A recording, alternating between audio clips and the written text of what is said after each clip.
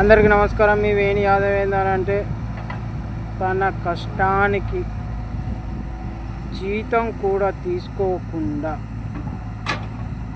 ప్రపంచానికి అన్నం పెట్టే ఒకే ఒక వ్యక్తి మన రైతన్న. జై కిసాన్, జై జవాన్. రైతే రారాజు అనడం తప్ప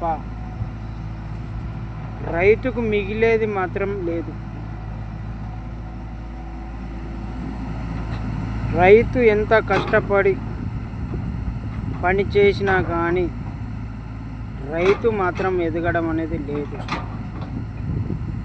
తన భూమిని నమ్ముకొని తనం కష్టపడుతూ కోట్లాది మందికి అన్నం పెట్టి